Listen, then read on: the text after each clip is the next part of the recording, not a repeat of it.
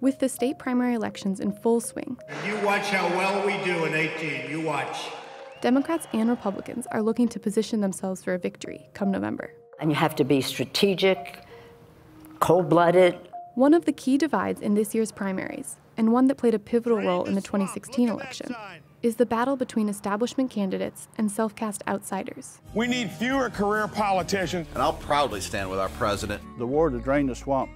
This identity struggle could threaten incumbents with bruising and divisive primaries, or damage the party's chances in the general election, something Republicans have top of mind after Roy Moore's defeat in Alabama and Rick Saccone's loss in Pennsylvania. It's not over yet.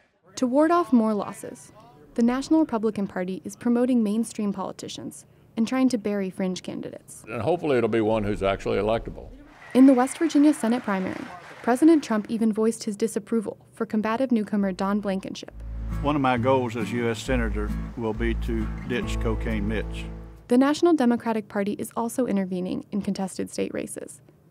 In one of Colorado's congressional primaries, Democratic Party leadership urged a green energy entrepreneur with a liberal, Bernie Sanders-like platform to bow out of the race.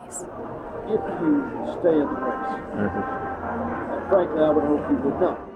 They have also tried to dissuade leftist contenders in Texas, Nebraska, and Pennsylvania, tactics that could create more problems than they solve. Another thing to watch this year is the money.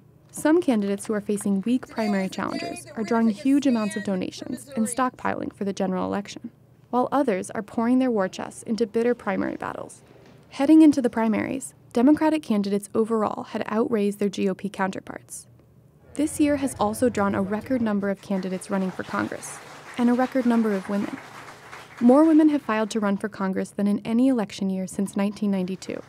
Democrats have the biggest uptick in challengers overall, which could be a boon or a burden. Some of these challengers are taking on races with strong Republican incumbents and making them competitive for the first time in years. Other races with too many Democrats jostling for the nomination are rife with infighting and division.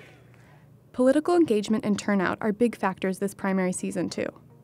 Democrats are hoping to ride a blue wave into the majority, and getting high turnout during the primaries is the first step toward that goal. I've never seen mobilization the way we're seeing it today.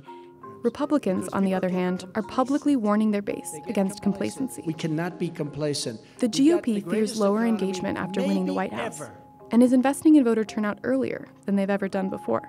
Getting a strong showing in the primaries could indicate whether or not enough voters will turn out to support the final candidates in November.